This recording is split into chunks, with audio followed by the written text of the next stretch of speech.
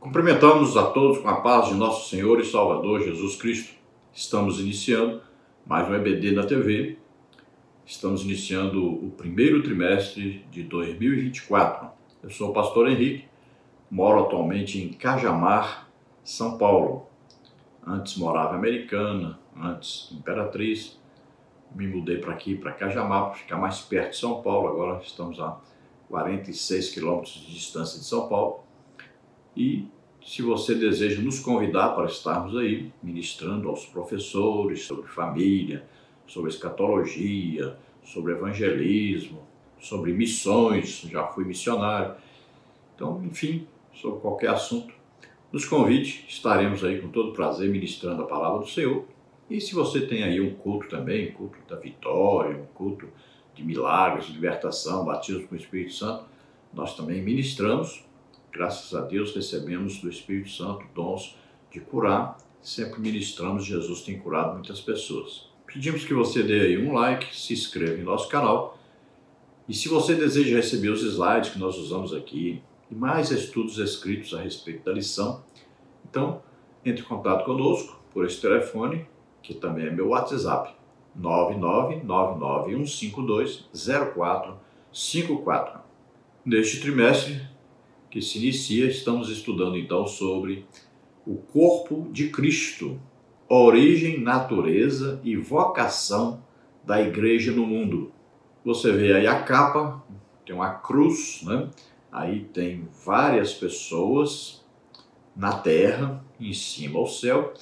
Então a igreja está na terra representando Jesus Cristo e a igreja dos salvos, todos os salvos do mundo inteiro, são o corpo de Cristo na terra. O corpo de Cristo tem como cabeça Jesus Cristo. Este corpo de Cristo é chamado então de igreja. São aqueles que são reunidos por Deus e formam então o corpo de Cristo na terra. Vamos ver então a origem do corpo de Cristo ou da igreja, que se iniciou, é evidente, no dia de Pentecostes. Vamos falar da natureza da igreja e vamos falar da vocação da igreja. Isso enquanto ela está no mundo, porque muito em breve a igreja será tirada, será levada por Jesus Cristo e nós estaremos morando todos na Nova Jerusalém. Neste trimestre nós temos aí como comentarista o pastor José Gonçalves, que é pastor presidente ali em Água Branca, no Piauí, escritor de muitos livros, né, inclusive algumas revistas da Escola Bíblica Dominical. Neste trimestre vamos estudar as seguintes lições. Lição 1, a origem da igreja, que acho que nós vamos estudar hoje. Lição 2, imagens bíblicas da igreja. Lição 3, a natureza da igreja. Lição 4, a igreja e o reino de Deus. Lição 5, a missão da igreja de Cristo. Lição 6, igreja, organismo e organização. Lição 7, o ministério da igreja. Lição 8, a disciplina na igreja. Lição 9, o batismo, a primeira ordenança da igreja. Lição 10, a ceia do Senhor, a segunda ordenança da igreja. Lição 11, o culto da igreja cristã. Lição 12, o papel da pregação no culto. Lição 13, o poder de Deus na missão da igreja. Então, se Deus quiser, vamos estudar todos esses assuntos aí durante este primeiro trimestre de 2024. Então, a primeira lição está aí, a origem da igreja. E nesta lição, vamos ver os seguintes tópicos e os seguintes subtópicos. Tópico 1, o povo de Deus na Bíblia e na história. Subtópico 1, no Antigo Testamento. Subtópico 2, no Novo Testamento. Subtópico 3, na história cristã. Tópico 2, a igreja como criação divina. Subtópico 1, a igreja como ideal de Deus. Subtópico 2, a igreja como uma realidade concreta. Subtópico 3, a igreja do Pentecostes. Tópico 3, a igreja como a comunidade dos salvos. Subtópico 1, regenerados pelo sangue de Cristo. Subtópico 2, selados pelo Espírito Santo. Subtópico 3, o batismo de Cristo e do Espírito. Vamos procurar então passar por todos esses tópicos e subtópicos, estudando esta importantíssima lição. O texto-áureo da lição está em Atos 2,38, que diz: E disse-lhes Pedro: arrependei-vos e cada um de vós seja batizado em nome de Jesus Cristo para perdão dos pecados, e recebereis o dom do Espírito Santo. Então, como passamos a fazer parte do corpo de Cristo, ou fazer parte da igreja de Jesus Cristo? A partir do momento que nós ouvimos a pregação do Evangelho, cremos na pregação desse Evangelho, então o Espírito Santo entra nos convencendo do pecado, da justiça e do juízo, nós nos arrependemos dos nossos pecados, pedimos perdão a Deus e o Espírito Santo, então, é enviado por Deus e vem morar dentro de nós. Jesus disse: ele estará convosco, em volta, e em vós, então dentro de nós. Passamos a ser templo do Espírito Santo, morada do Espírito Santo, tabernáculo do Espírito Santo. Pode ser que neste momento nós sejamos aí batizados com o Espírito Santo, como foi Cornélio e toda a sua família e seus soldados também.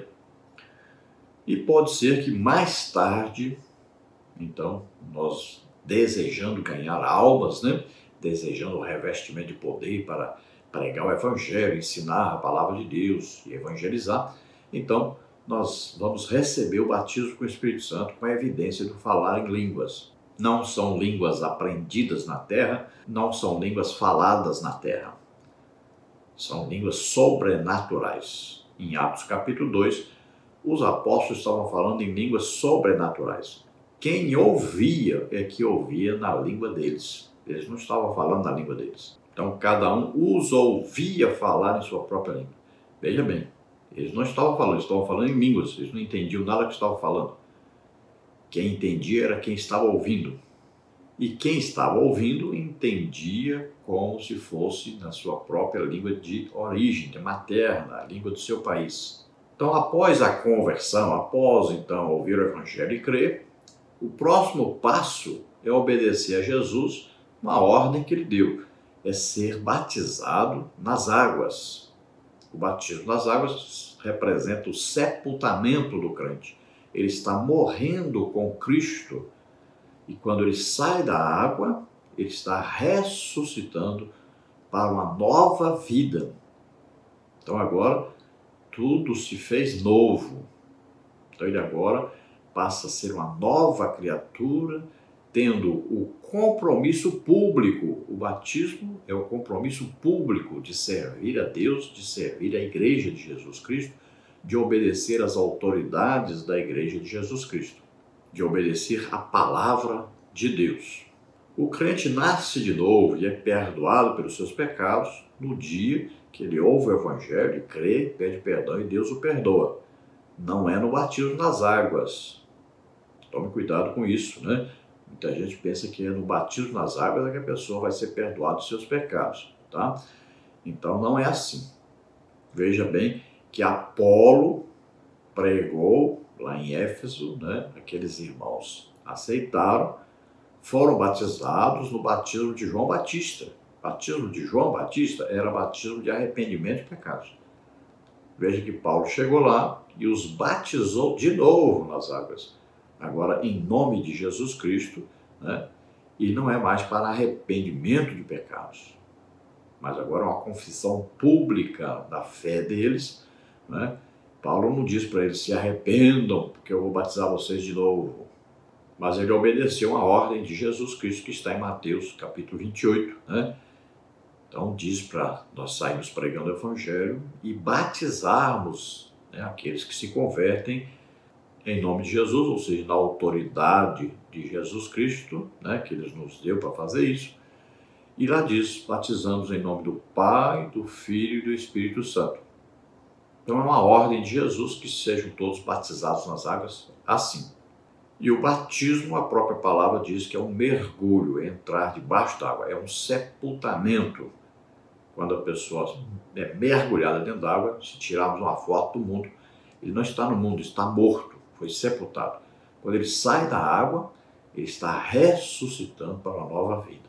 Então aí no versículo que lemos, Pedro está dizendo: se vocês fizerem isso, vocês recebem o batismo com o Espírito Santo. Aí está falando do dom do Espírito Santo, se referindo ao batismo com o Espírito Santo, ao falar em outras línguas, né? Então, a língua do batismo com o Espírito Santo é a língua para você falar com Deus. Só Deus entende, está escrito em 1 Coríntios, capítulo 14. Paulo explica bem direitinho. A língua do batismo com o Espírito Santo, só Deus entende. É para nós conversarmos com Deus, falarmos com Deus. É para nós orarmos para a nossa edificação própria. Quanto mais você orar em línguas, mais edificado vai ficar, mais forte espiritualmente vai ficar. Agora, podemos receber dons do Espírito Santo. E entre esses dons que estão escritos em 1 Coríntios capítulo 12, tem o dom de variedade de línguas. A verdade prática diz: a igreja é a família de Deus, comprada com o sangue de Cristo e selada com o Espírito Santo. Então a igreja é a família de Deus por quê? Porque todos aqueles que ouvem o Evangelho e creem, se arrependem de seus pecados, recebem o Espírito Santo. Todos que têm o Espírito Santo morando em si são família de Deus, porque são filhos de Deus agora. Então pertencem à família de Deus. Deus sabe quem é filho dele, sabe de que jeito. Ele olha dentro de cada um, tem o Espírito Santo. Seus filhos se parecem com Deus, porque tem o Espírito Santo dentro.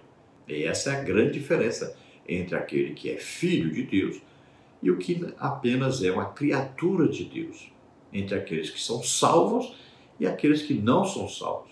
A diferença é, os salvos têm em si o Espírito Santo morando neles. Nós somos comprados para Deus através do sangue de Jesus Cristo. O sangue de Jesus Cristo foi o preço pago por cada um de nós. Então, a Bíblia diz: fostes comprados. Olha aí. Então, nós somos comprados. Isso é redenção.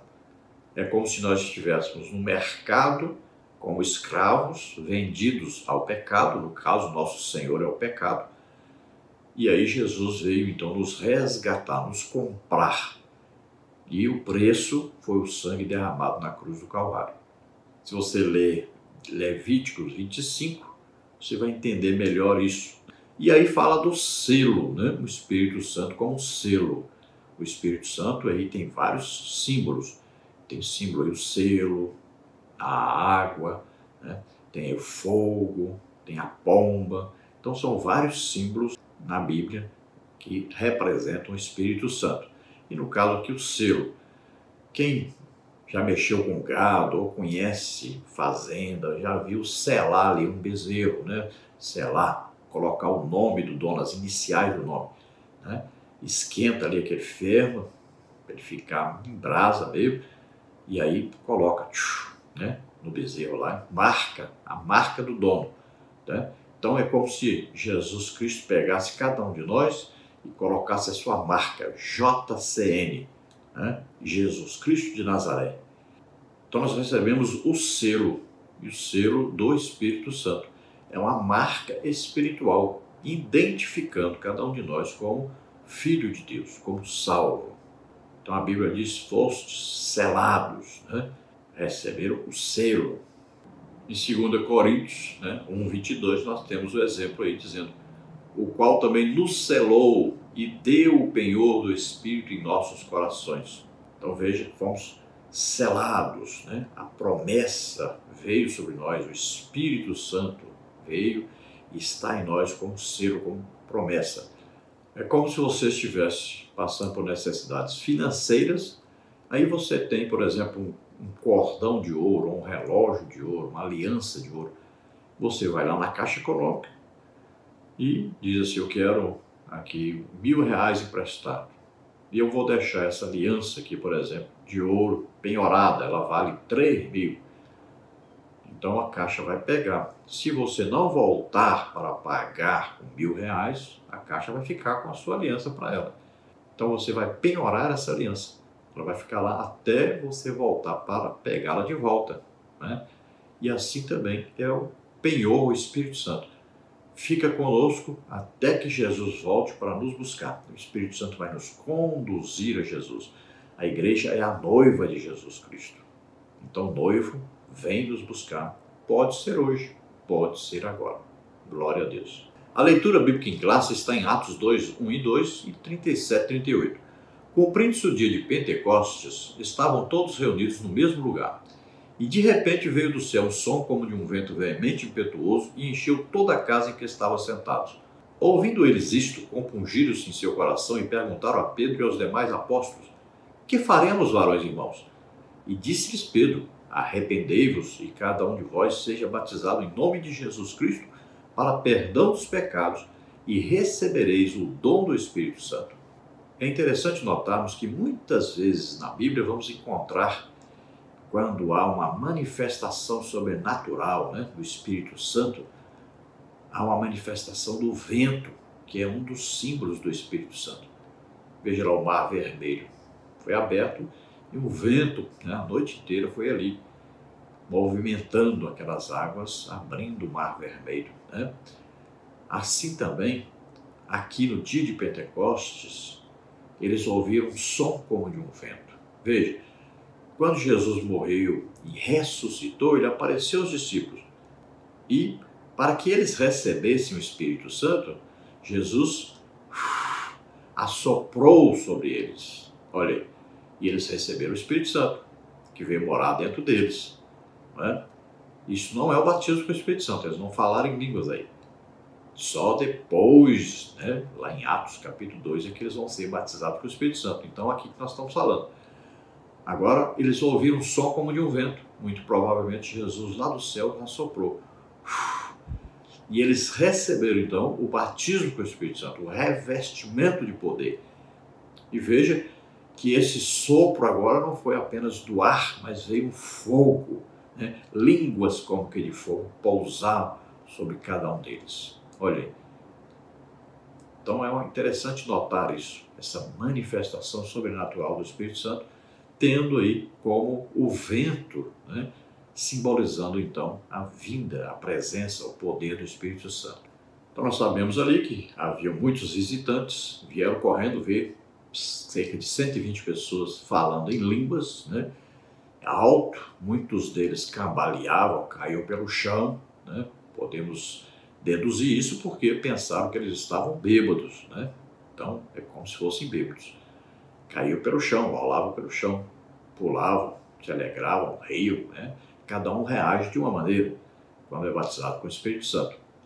Então estavam todos falando em línguas, aquelas pessoas vieram, pessoas de vários países e nações pelo menos, E ali então houve uma manifestação sobrenatural do Espírito Santo. Eles falavam em línguas, não entendiam nada, mas aqueles que estavam ali de outros países entendiam eles falando na língua de origem deles. Cada pessoa de cada país, cada grupo de pessoas de cada país, ouvia então um dos apóstolos, um daqueles 120 discípulos, estavam ali então falando em línguas, mas eles ouviam falando na língua materna deles. Isso é uma manifestação sobrenatural do Espírito Santo, que está dentro do dom de variedade de línguas. Pedro pregou em que língua? Em aramaico, ele falava aramaico. Mas como é que cerca de 3.000 pessoas se converteram? Porque eles ouviam na língua deles. Mas Pedro estava falando aramaico. Então é uma manifestação sobrenatural do Espírito Santo, coisa maravilhosa que só Deus faz. Introdução. Uma rápida leitura no Novo Testamento é suficiente para percebermos o que a igreja é de fato e que importância ela tem. Para os apóstolos e os primeiros cristãos, a igreja era relevante.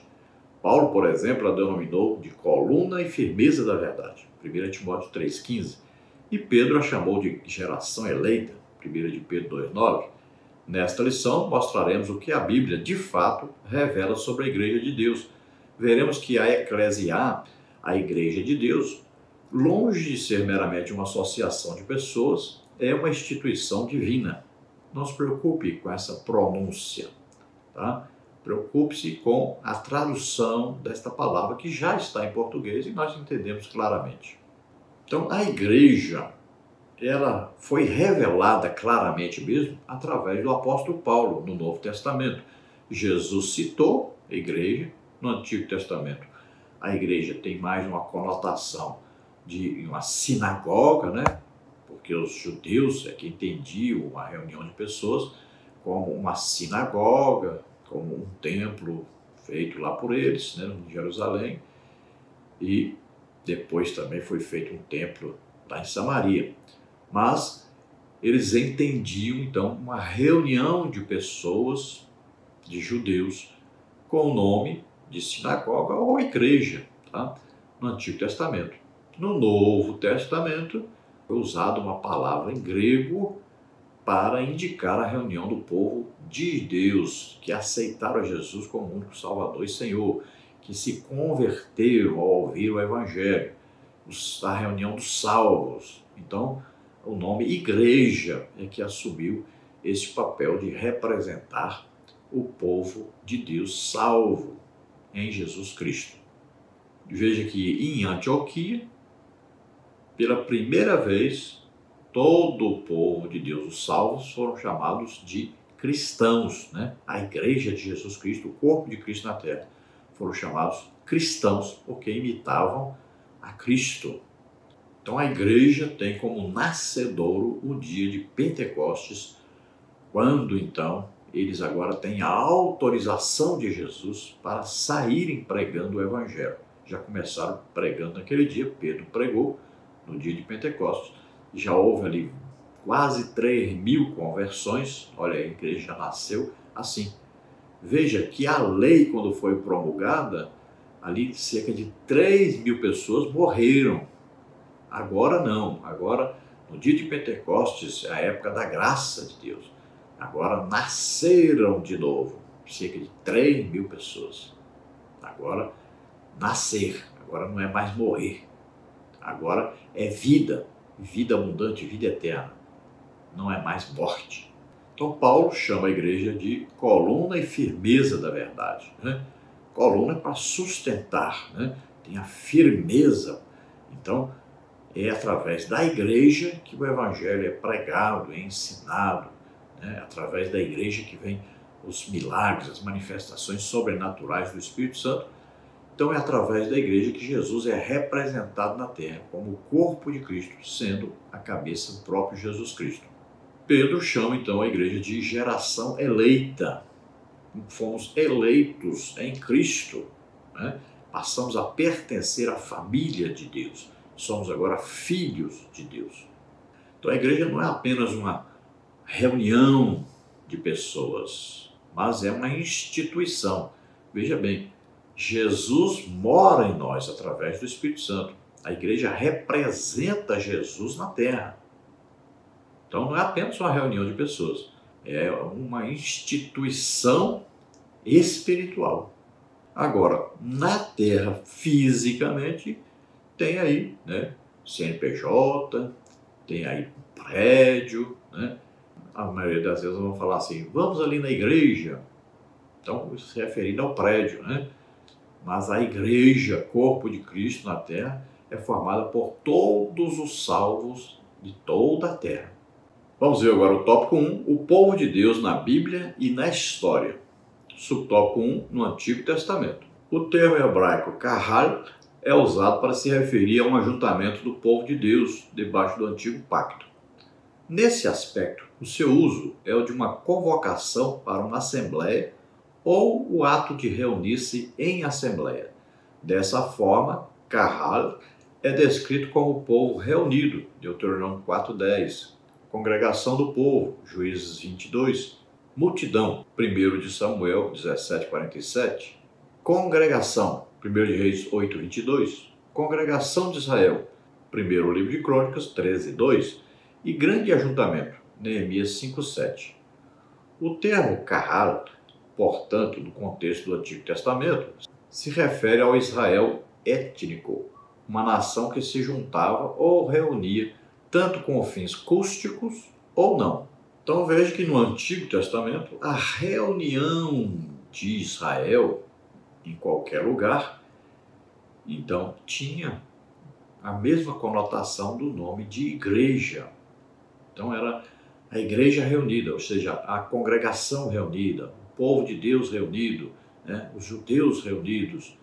Poderia ser para uma festa, reunidos na rua, né? No pátio, poderia ser uma reunião aí na sinagoga, poderia ser uma reunião aí para discutirem alguma coisa, poderia ser uma reunião para um julgamento.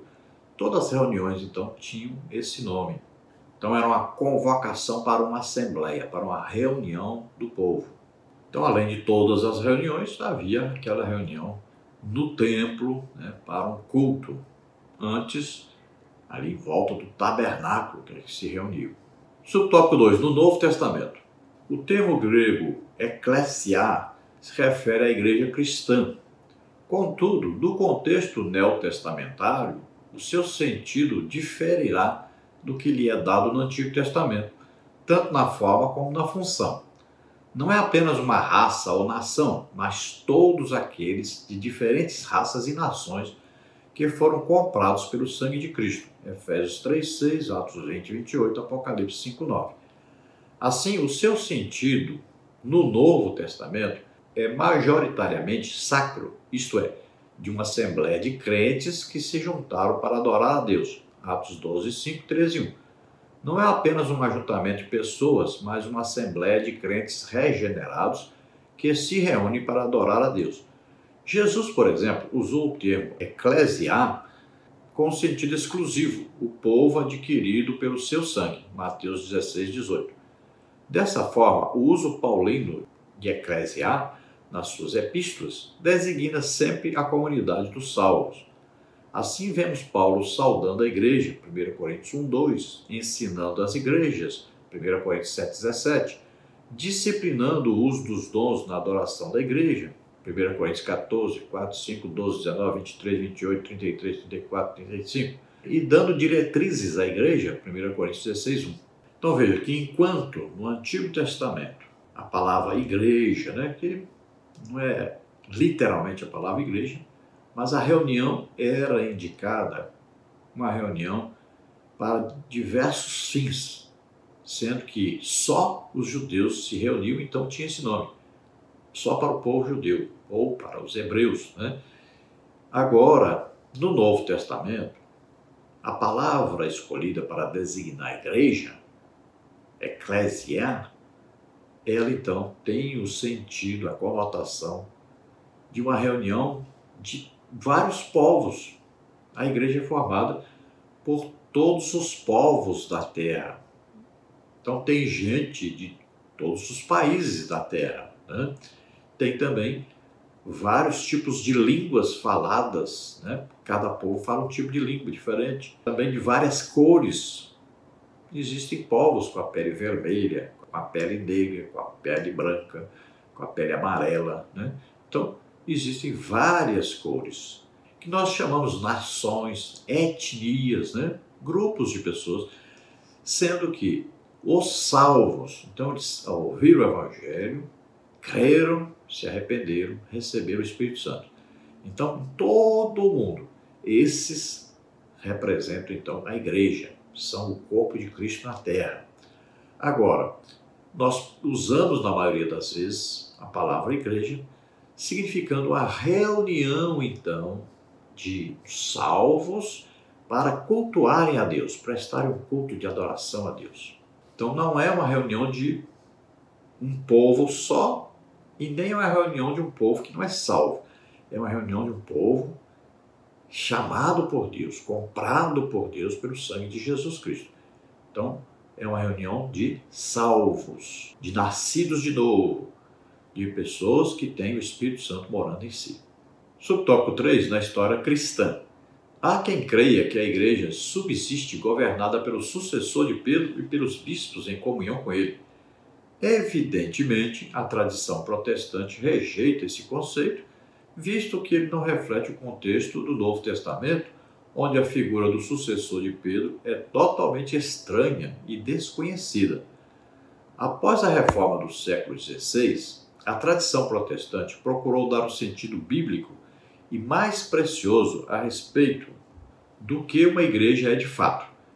Em uma grande denominação protestante histórica, a igreja é definida como uma congregação local de pessoas regeneradas e batizadas após profissão de fé. Por outro lado, de acordo com um documento de uma grande denominação pentecostal americana, entendemos a igreja como o corpo de Cristo, a habitação de Deus através do Espírito Santo, com divinas nomeações para cumprimento de sua grande comissão, onde cada crente nascido do Espírito é parte integrante da Assembleia Universal e da Igreja dos Primogênitos que estão inscritos no céu. Efésios 1, 22, 23, 2, 22, Hebreus 12, 23. Então veja, no entendimento da Igreja Católica Apostólica Romana, a Igreja de Jesus Cristo, a Igreja verdadeira, é a Igreja Católica Apostólica Romana. Veja bem, o nome católico significa, então, do mundo inteiro, né? Por assim dizer. E apostólica, porque é baseada, né, nos escritos dos apóstolos, e romana porque eles acreditam que a igreja começou em Roma. Eles mentem para as pessoas, né? Todo mundo sabe que a igreja começou em Jerusalém e com os judeus. Isso é evidente, está na Bíblia, né? Assim como a igreja chegou a Roma, né, a pregação do evangelho, houve conversões. Primeiro, antes de chegar em Roma, chegou em muitos outros lugares, né? Como a cidade, por exemplo, de Antioquia. Então, não tem como dizer que a igreja é romana. Não tem isso na Bíblia, não existe base bíblica nenhuma para isso. Eles dizem que tem lá o representante de Pedro, mas Jesus não falou nada sobre colocar um representante de Pedro, né?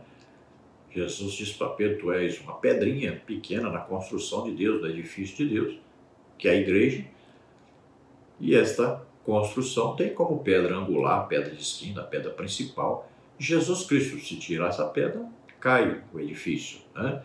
Então Jesus disse que a confissão de Pedro, tu és o Cristo, o Filho do Deus vivo, esta confissão é que seria a base da igreja. A igreja tem Jesus Cristo como Filho do Deus vivo e Jesus como cabeça da igreja. Não existe outra autoridade maior. A igreja se baseia na Bíblia, na palavra de Deus, e a igreja tem também experiência espiritual com o próprio Jesus Cristo. Existe igreja também denominada evangélica, que vai dizer que a pessoa só é filho de Deus, só faz parte da igreja quando é batizado nas águas, o que também não existe base bíblica para isso, tá? Então temos que tomar cuidado, né? Cornélio já era salvo quando foi batizado nas águas. E todos os crentes, quando são batizados nas águas, já são crentes, já aceitaram a Jesus, já se converteram, já ouviram o evangelho e creram, já pediram perdão pelos seus pecados, já foram perdoados. Não é o batismo nas águas que vai introduzir o crente no corpo de Cristo, não. É no dia que ele crê no evangelho e se arrepende. O Espírito Santo já vem morar nele, já passa então a ser igreja, corpo de Cristo na terra. E assim, se nós formos falar das diversas religiões, denominações, né? Cada uma tem as suas crenças, né? Cada uma tem as suas exigências, mas a Bíblia é bem clara. A pessoa aí tem Efésios 1,13, por exemplo, né? Está aí. Nós estamos em Cristo, ou seja, no corpo de Cristo, na igreja. A partir de quando? Aí está dizendo. A partir do momento que nós ouvimos a pregação da palavra, da verdade, o evangelho da nossa salvação. O que é evangelho? Falando a respeito da obra de Jesus Cristo, morrendo por nós na cruz e ressuscitando. Então ouvimos isso aí e cremos. Olha aí, está aí. Creu, recebe o Espírito Santo. Pronto, está salvo, é filho de Deus, pertence à igreja. É importante lermos Mateus 16, 18, né? Pois também eu te digo que tu és Pedro, e sobre esta pedra edificarei a minha igreja, e as portas do inferno não prevalecerão contra ela. Então veja bem, Jesus está falando a respeito da igreja, está falando a respeito da confissão de Pedro, e está dizendo que esta confissão é que é o fundamento da igreja. É o importantíssimo para a igreja, que Jesus é o Filho de Deus vivo que veio à terra, morreu por nós na cruz e ressuscitou. Quando Jesus diz para Pedro: te darei as chaves do reino dos céus, Jesus está se referindo à pregação que Pedro fez no dia de Pentecostes, que foi a primeira pregação que abriu a porta para o evangelho aos judeus. Também foi Pedro que recebeu aí a chave para abrir o evangelho, a primeira pregação aos gentios na casa de Cornélio também. Houve ali conversões, né? Batismo com o Espírito Santo. Veja bem, então é isso que Jesus está falando, está se referindo. Não está falando que Pedro vai governar a igreja, que vai ser papa na igreja, que o seu representante vai governar a igreja, nada disso. Então vale também notar que o termo eclesiá significa igreja, significa uma reunião de pessoas, e antes mesmo de ser divulgado, né, este nome como representando então a reunião dos salvos, era um nome usado já em grego. Olha, no 5º século antes de Cristo já se falava esta palavra como a reunião de pessoas. Você pode ver isso nos escritos, né, de filósofos importantes, né? Pode ver aí nos escritos de Heródoto, Xenofontes, Platão, Eurípides. Então, em Atenas, esse nome era muito usado nas reuniões ali de filósofos, por exemplo. Também na reunião de políticos, que eram convocados para reuniões.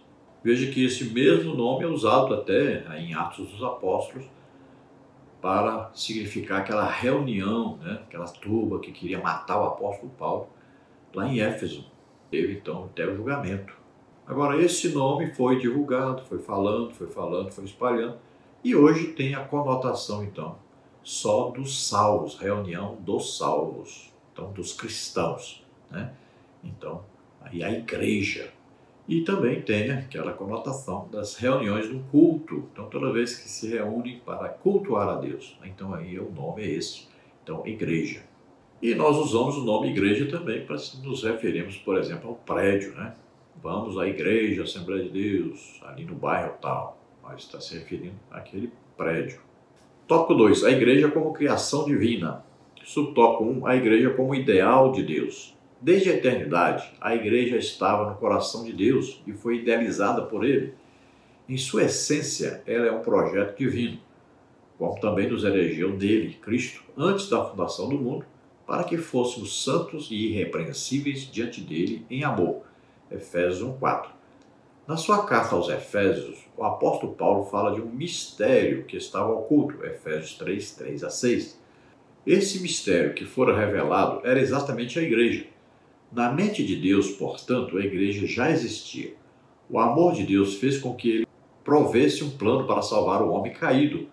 Assim, Cristo amou a igreja e se entregou por ela. Efésios 5:25. Assim, a igreja é formada por pessoas que estavam no pecado, a caminho da condenação eterna, mas que, graças ao Evangelho, tiveram suas vidas transformadas.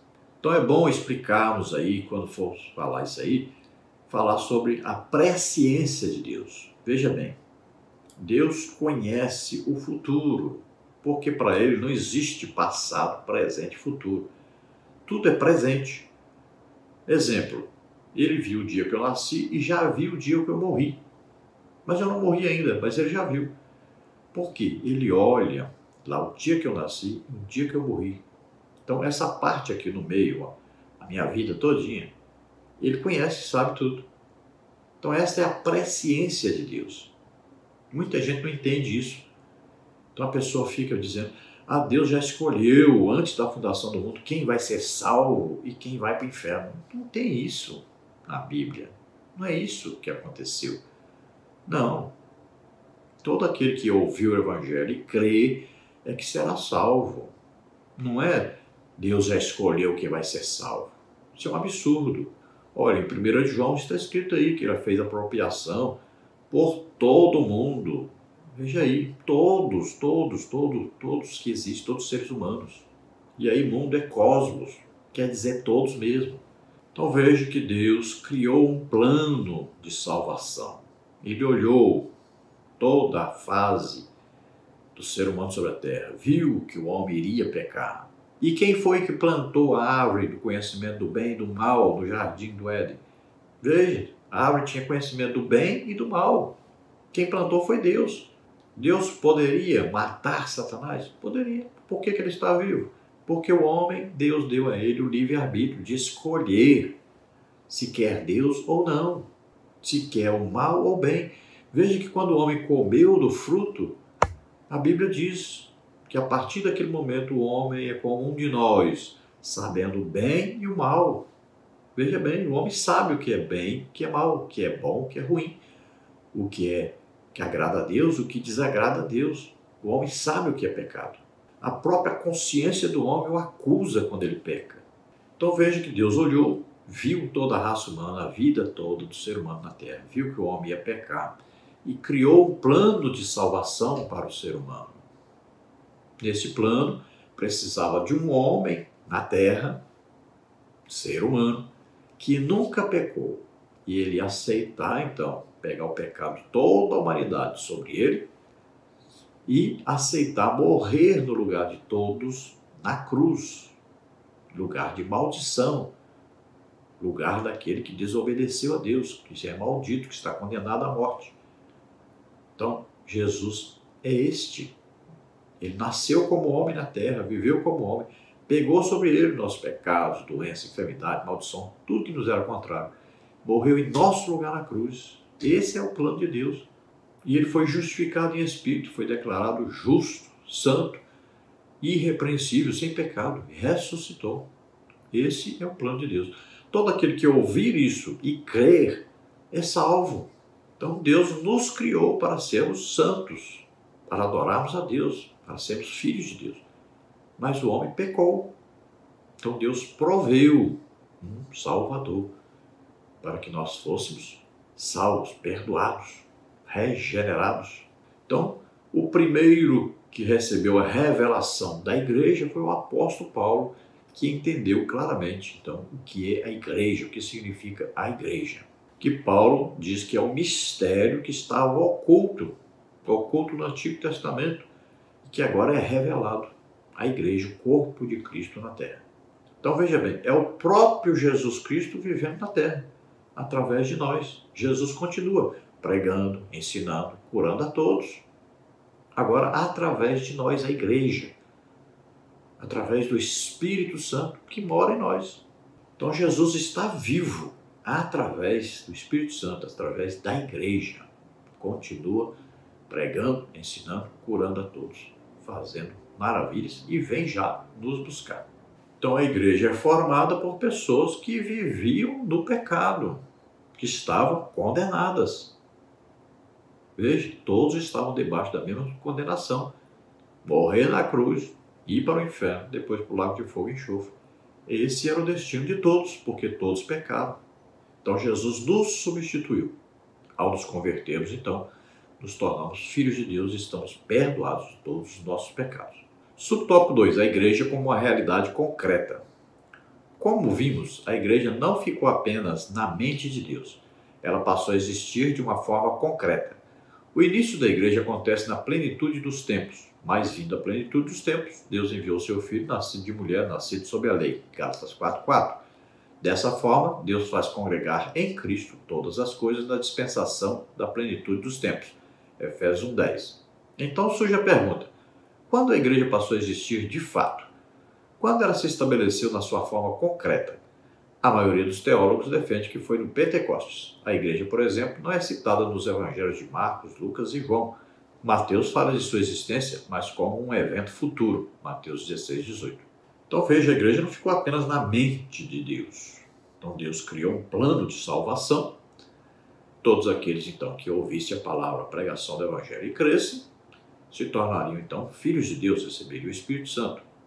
Então, formava agora o corpo de Cristo na terra, a igreja. Então, quando é que a igreja passou a existir? No dia de Pentecostes. Veja que Jesus havia dito aos apóstolos, aos discípulos: fiquem em Jerusalém, até que do alto vocês sejam revestidos de poder. E aí, então, a partir daí, vocês vão pregar o evangelho, vão ser minhas testemunhas. Onde? Em Jerusalém, na Judéia, onde Jerusalém está incluída, né? Ali depois Samaria, aí já a parte norte de Israel, e até os confins da terra. Então veja, Jesus exigiu: primeiro vocês precisam receber o batismo com o Espírito Santo, que é o revestimento de poder, para que vocês preguem o evangelho legítimo, correto, Então a igreja que não tem o batismo com o Espírito Santo, a evidência de falar em línguas, os dons espirituais presentes, não é a igreja de Jesus Cristo, não é a igreja legítima, não é a igreja autorizada por Jesus a pregar o Evangelho. Quando é que Deus escolheu então enviar Jesus? A Bíblia diz plenitude dos tempos. Olha, existia o governo romano que governava quase o mundo inteiro. A língua falada quase no mundo inteiro naquela época era o grego. O dinheiro usado era um dinheiro também usado na maioria de todas as nações, era aceito em qualquer lugar. Os romanos fizeram estradas ligando todo o Império Romano. Então agora havia locomoção mais fácil. Portos haviam sido inaugurados em todo o mundo, onde navios podiam atracar. Havia comércio entre as nações. Então, veja bem, era o tempo propício. Deus escolheu esse tempo para que Jesus viesse e nascesse na terra e executasse o plano de salvação de Deus. Então, é no dia de Pentecostes que a igreja é iniciada por Deus na terra. Os apóstolos antes, olha só, haviam recebido o Espírito Santo. Jesus assoprou sobre eles, né? Jesus morreu, ressuscitou, assoprou sobre eles. Eles receberam o Espírito Santo. Mas veja bem, não é o Espírito Santo que os tinha, eles é que tinham o Espírito Santo morando neles agora. Mas eles ainda não estavam revestidos de poder para pregar o Evangelho. A igreja é o corpo de Cristo que obedece à grande comissão de pregar o Evangelho, de ganhar almas. Então ela não havia ainda sido iniciada. Eles ainda não pregavam o Evangelho cheios do poder de Deus, como Jesus. Não eram imitadores de Jesus ainda. Então eles precisavam se tornar imitadores de Jesus, terem o Espírito Santo como Jesus tinha, com todo o poder para executar os milagres, sinais, prodígios, maravilhas, para ganharem almas. Então, se reuniram no dia de Pentecostes. Jesus disse: fique aí até vocês se revestirem, depois vocês podem sair pregando. Veja bem que imediatamente após ser revestido do poder do Espírito Santo, Pedro já começa a pregar e ganhar almas. Agora é a igreja de Jesus Cristo, seguindo o ID de Jesus Cristo, obedecendo à grande comissão de Jesus Cristo. Tópico 3, a igreja no Pentecostes. Depois do Pentecostes, Lucas destaca que todos os dias acrescentava o Senhor à igreja aqueles que se haviam de salvar. Atos 2,47. Dessa forma, a igreja, que existia apenas no coração e na mente de Deus, se tornava uma realidade concreta quando o Espírito Santo é derramado no Pentecostes, após a ressurreição de Jesus. Atos 2, 1 e 2. Então veja, no dia de Pentecostes, Pedro prega, quase 3.000 pessoas se convertem. Aí, na Porta Formosa, ali o aleijado, então, é curado, né? Mas existe ali um milagre, se reúnem várias pessoas, Pedro e João estão ali e pregam, e aí quase 5.000 pessoas aí se convertem. Olha aí, é a multiplicação. Quando existe um sinal, né, uma manifestação sobrenatural do Espírito Santo, existe muita salvação de almas, muitas e muitas almas se convertem. No dia de Pentecostes foi a manifestação, dom de variedade de línguas. Agora é milagre. Então veja, a manifestação sobrenatural do Espírito Santo é a isca que chama o pecador, é que mostra que Deus está vivo. Então ele ouve a pregação e se converte. Sempre foi assim, e é assim que começou a igreja. Veja em Atos dos Apóstolos. Paulo foi lá em Listra, um aleijado, andou, muitas conversões. Pedro na casa de Cornélio, né? Olha aí, Pedro na casa de Cornélio. Houve ali uma manifestação, né? Cornélio recebeu a visita de um anjo, Pedro recebeu a revelação, o lençol, né? Amarrado às 4 pontas, dizendo que ele deveria pregar aos gentios, mostrando que Deus quer que todos sejam salvos, inclusive os gentios, que eles pensavam que não. Veja, manifestação sobrenatural, e ali várias conversões. Pedro lá ressuscitou a Dorcas, né, a costureira, Jope, várias conversões. Veja, é sempre assim. Veja, é um padrão. Veja Filipe e Samaria, que as pessoas se convertiam. Por quê? Porque ouviam e viam os sinais que Filipe fazia. Veja, isso é o evangelho certo, correto, pregado por Jesus. Verdadeiro evangelho. manifestação sobrenatural do Espírito Santo, pregação do Evangelho, milhares de conversões. Sempre foi assim. Então a igreja agora se torna realidade e ganha muitas almas. Então veja que Jesus, quando cita a igreja, ele cita no futuro, né? Mateus 16, 18. E nós sabemos claramente que sem Jesus morrer e ressuscitar, não existe igreja. Então primeiro ele teria que fazer isso. Então a igreja está no futuro, ali quando Jesus se refere à igreja. Tópico 3. A igreja como a comunidade dos salvos. Subtópico 1. Regenerados pelo sangue de Cristo. No Pentecostes, o apóstolo Pedro disse: arrependei-vos e cada um de vós seja batizado em nome de Jesus Cristo para perdão dos pecados. Atos 2:38.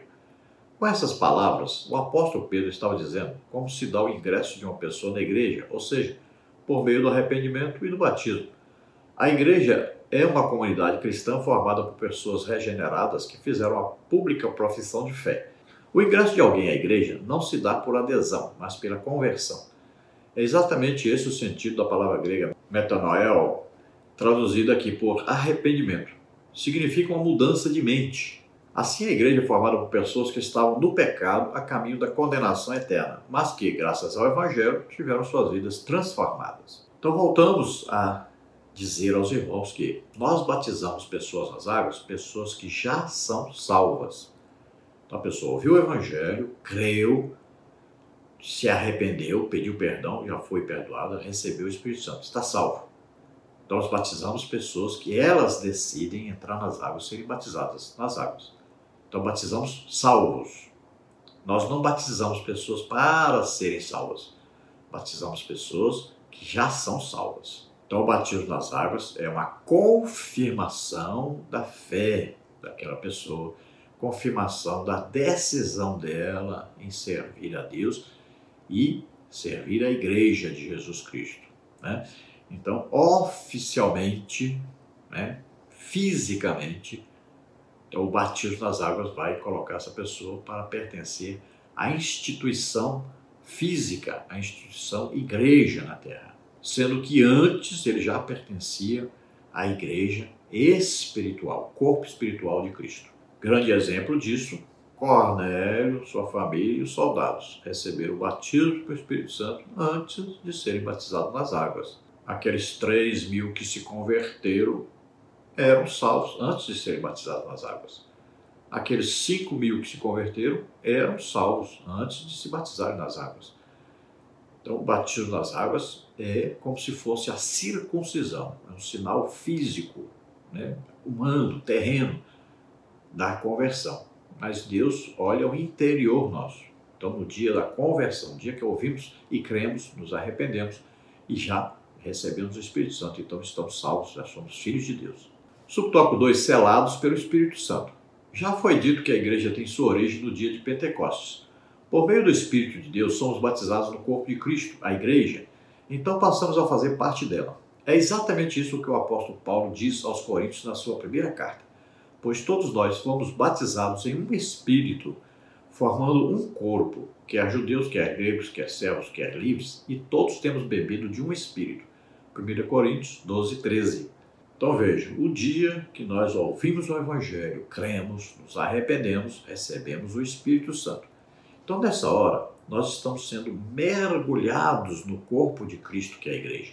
Estamos sendo colocados no corpo de Cristo, que é a igreja. É um ato espiritual, sobrenatural.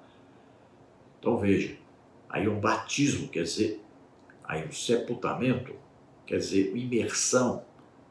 Então nós somos imergidos no corpo de Cristo, colocados, agora fazemos parte do corpo de Cristo. Agora Jesus Cristo mora em nós, através do Espírito Santo.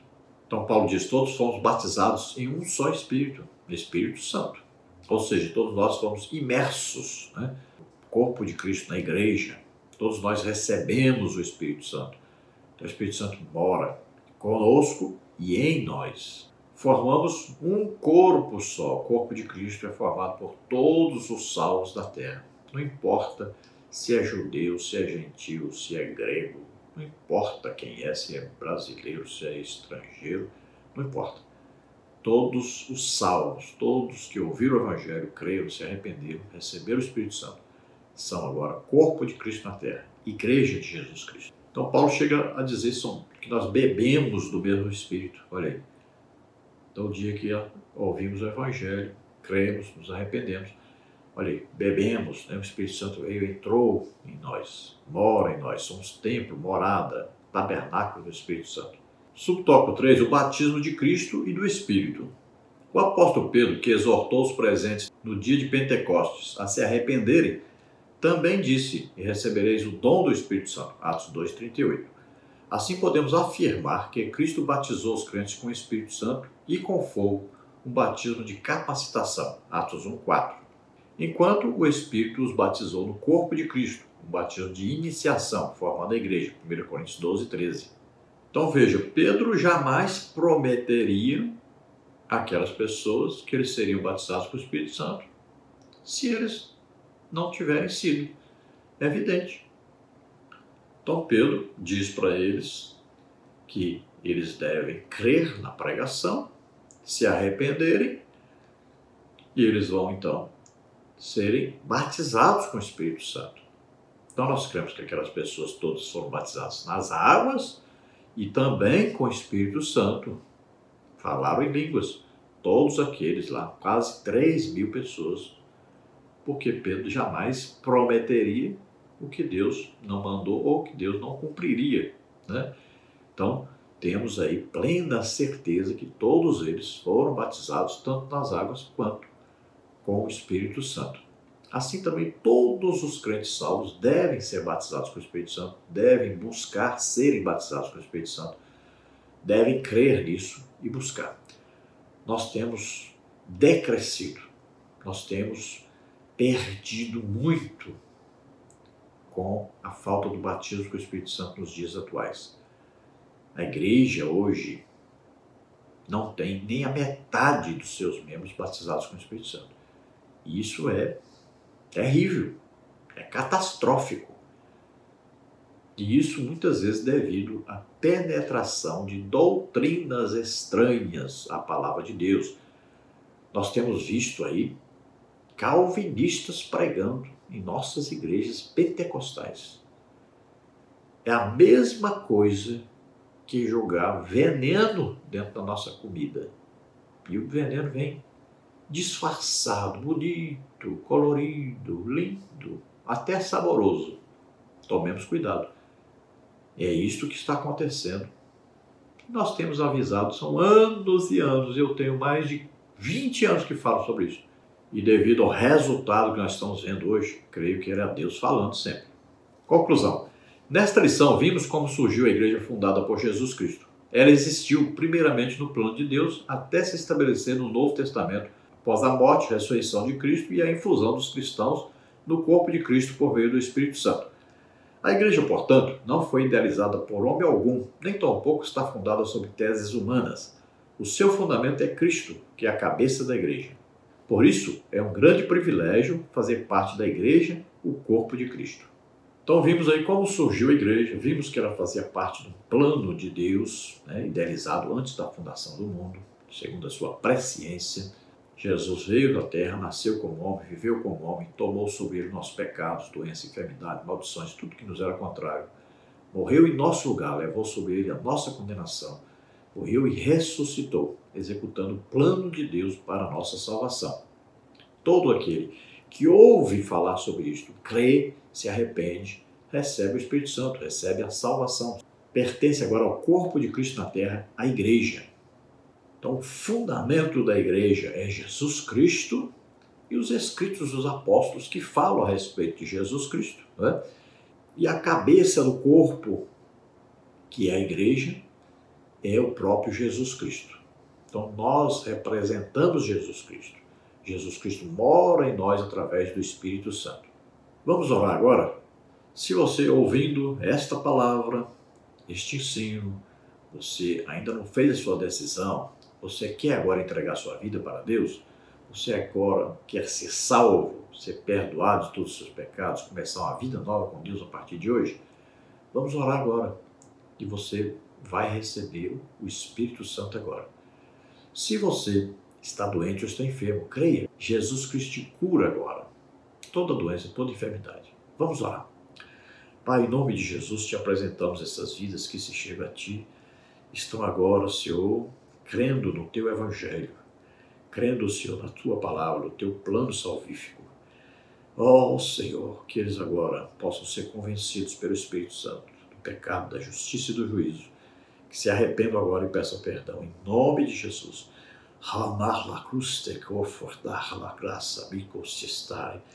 Na cruz, Jesus Cristo, pela graça, misericórdia de Deus, amor de Deus, morreu em nosso lugar e ressuscitou depois. Creia nisso e receba a salvação agora, receba o Espírito Santo agora.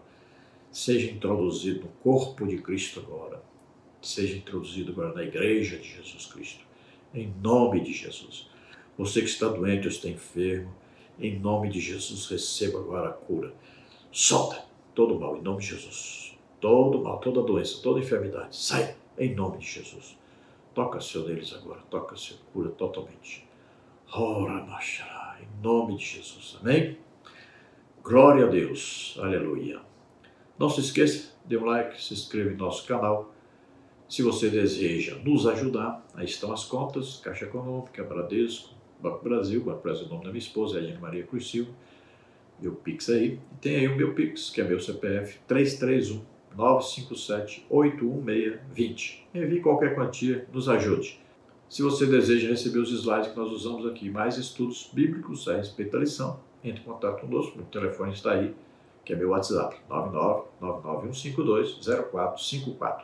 Esperamos ter ajudado os irmãos. A paz do Senhor. Deus abençoe.